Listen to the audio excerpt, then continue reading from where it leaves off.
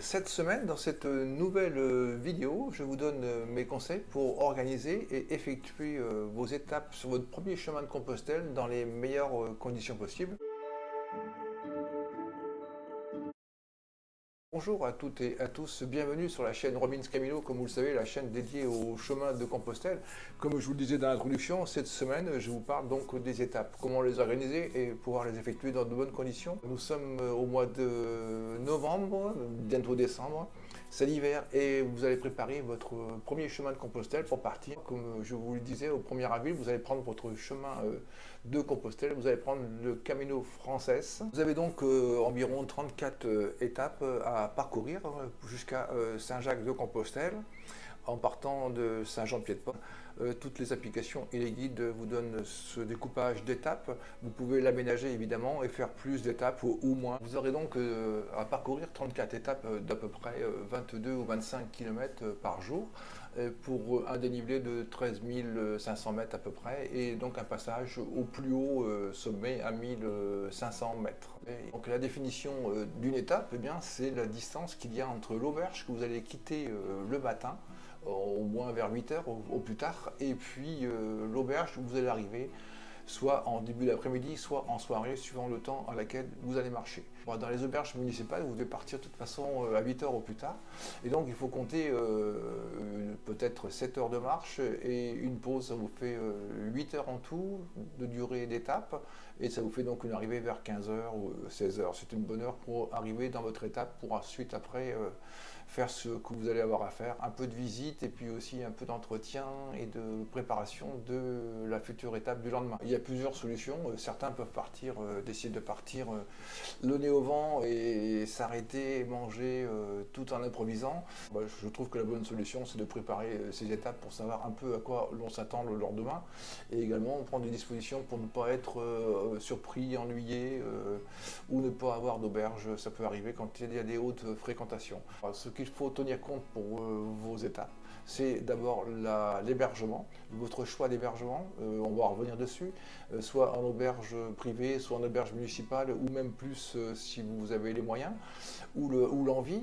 Ensuite, vous avez également un élément important, c'est la distance que vous voulez parcourir durant cette étape. Et il y a un facteur important dans c'est dans la durée de l'étape que ça va engendrer, c'est le dénivelé.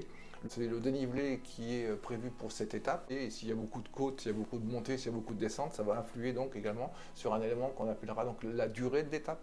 Et également, vous devez prendre en compte également la nourriture en cours de route, comment vous allez vous alimenter, est-ce qu'il faut, vous allez trouver des magasins, à quelle heure, et également est-ce qu'il faut porter de la nourriture, il faudra porter de l'eau également, il faudra prévoir de l'eau. Bon, il n'est pas négligeable d'anticiper sur la météo, donc savoir quel temps vous allez avoir durant la journée pour marcher. C'est déjà donc un maximum de choses qu'il faut avoir en tête pour préparer votre étape.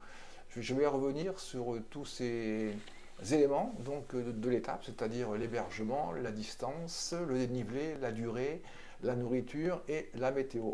Je pense sincèrement que de préparer vos étapes tranquillement, ça ne va rien enlever de la magie du chemin que vous allez découvrir avec le plus grand bonheur. Cependant, donc, le premier élément à prendre en compte, c'est également quand vous préparez votre étape, c'est l'hébergement. La question que vous allez vous poser, c'est où vais-je dormir demain? Par exemple, vous partez de Saint-Jean-Pied-de-Port et vous vous dites, voilà, où est-ce que je vais dormir demain? Donc je vais dormir demain après 27 km et je vais m'arrêter à Roncevaux.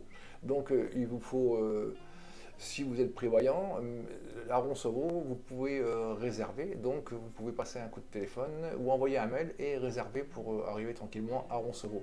Il y a des périodes de l'année où Roncevaux c'est complet, comme cette année au mois de septembre, eh bien vous devez aller 5 km plus loin pour trouver une place dans une auberge que vous devez donc rechercher en téléphonant également ou en envoyant un mail.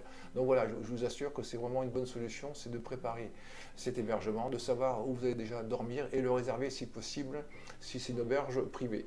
Évidemment, si vous choisissez une auberge municipale avec l'avantage d'un coût très bas, donc là, vous prenez peut-être un risque en haute fréquentation d'arriver à l'auberge peut-être un peu tard et donc ne pas avoir de place. Il faut envisager ça, donc c'est votre préoccupation, à part si vous dormez dehors. Mais sinon, c'est un élément important, c'est votre hébergement. À l'étape de Roncevaux, que j'ai choisi comme exemple, vous avez également Horisson et au-dessus d'Horisson une ferme qui fait également gîte. Donc vous avez à 6-7 km, vous avez donc un hébergement possible. Donc vous faites un choix, soit vous vous arrêtez là, soit vous continuez jusqu'à Roncevaux. De savoir donc à quelle distance sont ces hébergements, quelle distance vous voulez faire. Là, il n'y a pas trop le choix pour cette grande étape, mais ensuite, après, vous aurez le choix de pouvoir vous arrêter à 15, 20 ou 25 qu'il y a donc sur le chemin français. Comme je le disais dans d'autres vidéos qui sont en descriptif, vous pouvez vous arrêter sur le chemin comme vous voulez. Il y a des auberges tous les 5 km, à part deux endroits où il y a plus de 12 et 15 km qu'il faut parcourir sans auberge. Donc une fois que vous avez fait donc choisi donc votre hébergement, donc par là même vous avez votre distance qui est déjà prévue. Donc disons que vous faites 25 km dans la journée, ce qui est pas mal. Donc avec ça, vous allez arriver à Saint-Jacques-de-Compostelle sans problème. Et donc une fois que vous avez donc choisi votre hébergement, vous avez de la distance et maintenant vous allez passer donc à la durée, envisager quelle durée vous allez mettre. Bon, en ce qui concerne cette étape comme Roncevaux, qui est vraiment un peu unique quand même, vous avez un fort dénivelé, vous avez 1200 mètres de dénivelé de Saint-Jean-Pied-de-Port jusqu'à Roncevaux. Et donc, il est bien évident que vous n'allez pas marcher à 5 km/h, qui est une vitesse moyenne honorable sur le chemin de Compostelle. Vous marchez à peu près à 5 km/h. Si vous mettez des pauses avec, ça vous fait descendre à 4 km/h. Et donc là, en l'occurrence, vous allez monter. Donc vous allez marcher plutôt à 3, entre 3 et 4 km/h. Donc pour cette étape, elle est donnée au niveau du temps de marche. Donc en 7-8 heures, vous avez fait donc 7-8 heures, vous arrivez vers 16 heures à Roncevaux ou plus tard avec les pauses.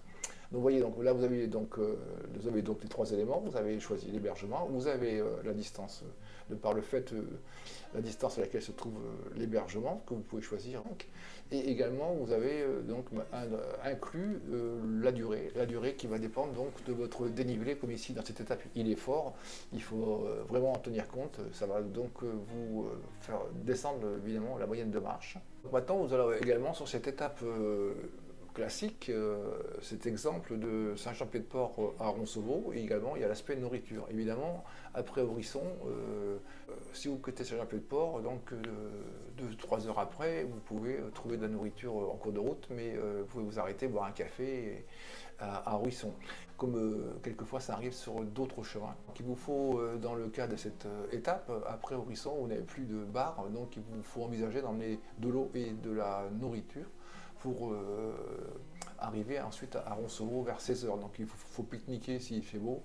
Et également, même s'il ne fait pas beau, il faudra emmener la nourriture. Ça peut être une solution avec des bars suivant la météo, avec quelques bars énergétiques ou des bananes et quelques pour les aliments que vous emmenez avec vous. Vous allez pouvoir reprendre un peu d'énergie pour finir l'étape. Donc il faut absolument prendre conscience que cette nourriture est indispensable dans vos étapes. Donc il faut toujours envisager comment vous allez vous restaurer en cours de route ou alors à votre arrivée, si vous arrivez de bonne heure. Si vous arrivez à 14h, 15h en Espagne, vous pouvez encore trouver un restaurant ou un magasin qui ferme vers 2h ou 2h30 pour pouvoir acheter de la nourriture. Mais l'idéal est également d'envisager d'en avoir toujours avec vous, d'avoir des graines avec vous, des éléments énergétiques toujours pour vous aider à avancer dans de bonnes conditions et ne pas avoir de coups de pompe.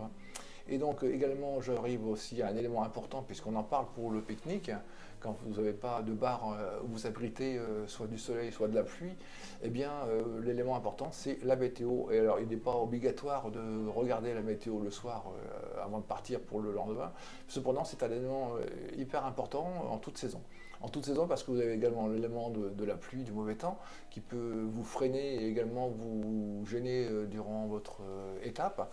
Et également la chaleur qui peut aussi jouer un rôle très important et vous empêcher de marcher dans de bonnes conditions.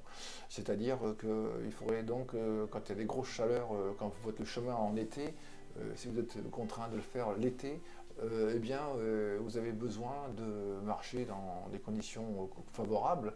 Et la météo pourra vous permettre de vous organiser pour caler vos étapes de telle manière que vous pouvez échapper un peu en partie à la chaleur en partant tôt le matin, soit en partant aussi tôt ou plus tard en fonction.